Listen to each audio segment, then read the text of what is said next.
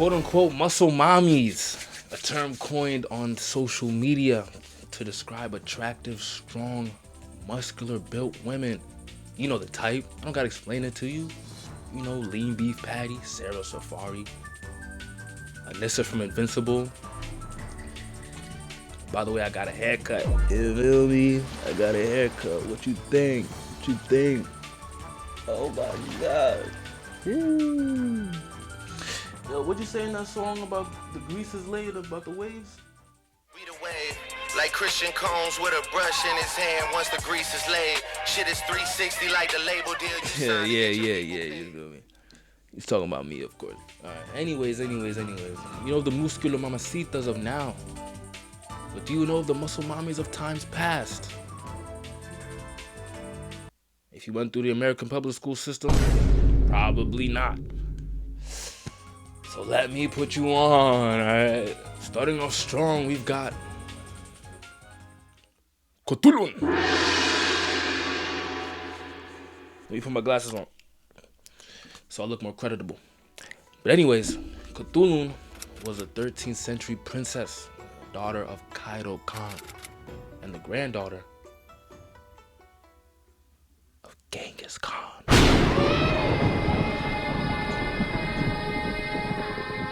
Yeah, that Genghis. Now let's not get it confused. Cthulhu was a princess, but she still rode with her father on campaigns. Now it's said that she was strong in battle, but that's not what she's known for. What Cthulhu's known for, she would beat up men for her bridal passage. No, it's on the chin. There's the tap. Bridal passage, hand in marriage, whichever one you want to say. Alright. Her main problem was she would not marry a man that could not beat her in a wrestling match. Let me tell you, Cthulhu was lethal with it. Alright. Marco Polo said she was looking like prime Annie out there. It's not a joke. Alright. Basically, the terms were, if you wanted Cthulhu's man, if you wanted Cthulhu's hand in marriage, you gotta put up 10 horses, you gotta get in the ring with her, and duke it out. Alright? Now they weren't like fighting, you know what I'm saying? It was like wrestling, wrestling, shit you do in high school, whatever, right? So, if you beat her in a wrestling match, you get her hand in marriage. If you lose, she takes your 10 horses and your pride. You just lost to a woman, bro. Hey, yo, like, she was fucking niggas out, bro. She was fucking niggas out. I can't lie, she was going crazy. Now, it's alleged that she's had thousands of horses and beat dozens to hundreds of men. Alright, she was lethal with it. This is a real thing. She was a real deal. Put it into modern terms, you throw it 50K. And if you can stop Pudita Woodman from getting into the end zone, you get a hand in marriage. If not, or when not, you don't do it, she gets you 50K, and you just lost the feeling in your lower back.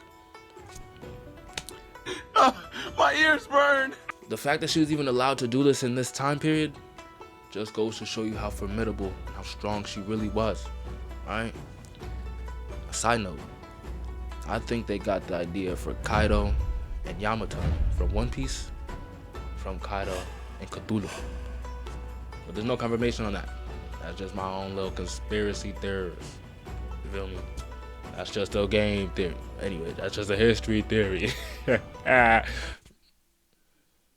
Anyways, my question to you, could your fat ass beat Cthulhu in a wrestling match? I put my life savings on it that you couldn't. Yeah, anyways, on to the next one. Let's take it down to 17th century France. For the next mamacita, we're going to be talking about Julie Dabagini. Julie D. Julie D. Now, Julie D was an opera singer by day and a lethal fencer by night. Now, fencing was pretty illegal, but it was still practiced by nobles in that time. Now, in one of the popular stories, Julie D had attended a royal ball dressed as a man on a Mulan thing, right? She found this one pretty thing in a corner. She started chirping her up, kissing her openly in front of everyone. Big no-no. 3 men seen her. He was like, yo, She get too much pussy. So they challenged her to a duel. 3 niggas. Now Julie D, the gangster she was, she obliged. It took all 3 of them on, one by one by one. Beat them all. Messed them all up. Now, you might be saying, 17th century woman fencer. That doesn't even make sense. Where would she even be practicing fencing? I hear you. Got an explanation for that though. Her father worked for the Count of Armagnac, which gave her access to professional fencing instruction, which was very rare for a woman in that time. Now you know what else was rare for a woman in the 17th century? A gay woman. Oh yes, bitch. Yes. Julie D was a passionate gay lover.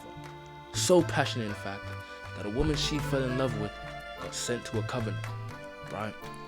And Julie D loved this woman, so she had to get her back. So Julie D devised a plan, right? Got in the covenant dressed as a nun, right? Got her girl, took one of the deceased nuns, put the deceased nun in her girl's bed, and they had to get out of there. So they needed a distraction. Now, when you need a distraction, you know, you might throw something in the opposite direction of where you're fart spraying the vents. You know, maybe you release rats into the vicinity. Now, Julie D, man, when Julie D needs a distraction,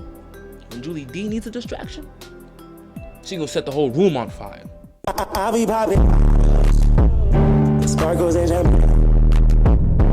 VIP my fraction, royalty looking sexy. The whole thing, burn it to the ground, right?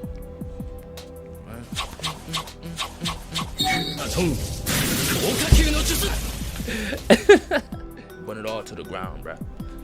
Just to get her true love out of there. Lead us not into temptation, but deliver us. If my soulmate ain't gonna burn a building down for me, is it really love? Is it really love? Now, it was after her going into hiding with her lover is when she became one of the great opera stars of the 17th century. The times aren't the same anymore, bro. You can't even like burn down a house and go into hiding and just live your life after that anymore, man. The good old days, man. Anyways, that's Julie D. On to the next. Janine Hatchet of the 15th century. Now, unlike the warrior and the fencer, right, Janine Hatchet is here from one moment of pure testosterone, pure vigor, right? Dare I say a Red Bull sponsor moment. Right, now, during the siege of the city of... In French, it is said as Beauvais. Beauvais is how we would say it in France. Beauvais. Silent S here. It'd be fine in English to say it. Beauvais, the city of Beauvais. The forces of Charles the Bold attacked the French town of Beauvais. At one point, the Bulgarian soldiers even managed to get their ladders up against the wall. Now, this is one of the most dangerous times of a siege, right? If these soldiers get over that wall, it's over. It's done. If they set that android free, it will be the end of all of us! No! Now the Bulgarian soldiers start climbing. But that's when Janine shows up. Janine led a troop of French women holding hatchets and swords and pulled up on top of the wall to help fight off these Bulgarians, right? When Janine saw that big Bulgarian bloke, she rushed towards him, grabbed him, hurled him off the wall. This is a critical moment. Stop these men from sieging out, surging out, burning up, blowing up the city. Pivotal. Without Janine, what would there be? Definitely not any Bellevue. Bellevue? Beauvais. Forgot to say it. This was a critical act of defense for her town, man. For her bravery, she got acknowledged by the King Louis XI. The king was so grateful, in fact, he married her off to her chosen man, Colin Pollin, right? And not only that, to pay her for his gratitude, he let them be exempt from taxes as long as they lived. exempt from taxes. Might be a lucrative business decision. Without Janine the Hatchet. Talk about Janine the Great. Without Janine the Hatchet, I wouldn't know how to say Bellevue. Bellevue. There would be no Bellevue. Beauvais. Shout out Janine the Hatchet. On to the next one. Now we going all the way to 12th century Japan. We gotta talk about a special one named Tomoe Gosen. Tomoe Gosen is a famous female warrior who served under Minamoto no Yoshinaka in the Jinpei War. It was a brutal conflict between rival clans for control over Japan. Now the tale of Hike introduces Tomoe as especially beautiful with white skin, long hair, and charming features. She was also a remarkably strong archer and strong as a swordsman. A true warrior worth 1,000, ready to fight demon or god, mounted or on foot. It is said that in the Battle of Awazu, Tomoe encountered a powerful enemy soldier. Now Tomoe ain't no pussy, so engaging him directly, Tomoe overpowers him, drags him off his horse, and cuts his head smooth off. You would have thought she was making omu rice. Yeah, that's actually kind of nasty. My bad. In general, grown ass man, you ever dragged a grown ass man? Heavy. Not only that, dragged him off a horse, carried that. She was on that horse. She's on that horse. On that horse. With him right here. Got his head right there.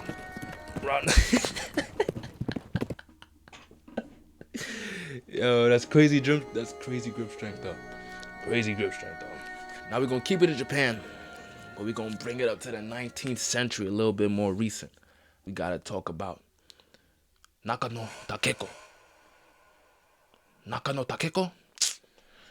Man, she was a part of the Azuyu domain, loyal to the shogunate. Though she was loyal, when the imperial forces came to attack Azuyu, women were not permitted to fight. Women could not fight. Like I said, Nakano was loyal, so she wasn't just gonna go run and hide. She went and formed an unofficial combat unit of just women that was later known as a Joshutai. Right?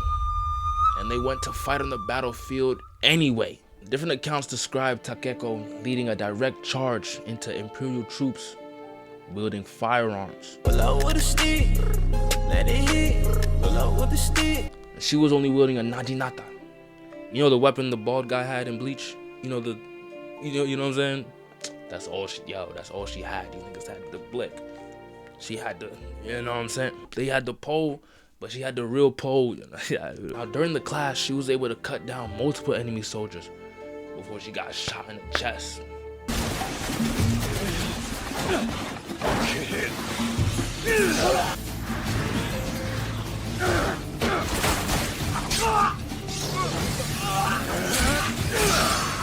Like a true warrior, she brought a knife to a gunfight. Now it's said that after being shot, knowing her death was imminent, Takeko asked her sister to cut off her head to prevent it from being a trophy for the enemy. And her sister did so and buried her head under a pine tree by the temple. But damn, bro, even when dying, had the true mentality of a soldier. Truly honorable. But that's all the quote-unquote muscle mommies of history that I got today. You know, I deliberately didn't speak on old-time powerlifting women, things of that nature, because one, they weren't too documented, women in those spaces. Don't get me wrong, there are some, but also two, I just found these ones to be a bit more interesting. You know, had a little more history, different feats. But if you enjoyed, like up, subscribe up, sub up. I got more coming. Feel me? But anyways, that's all I got. So, see ya.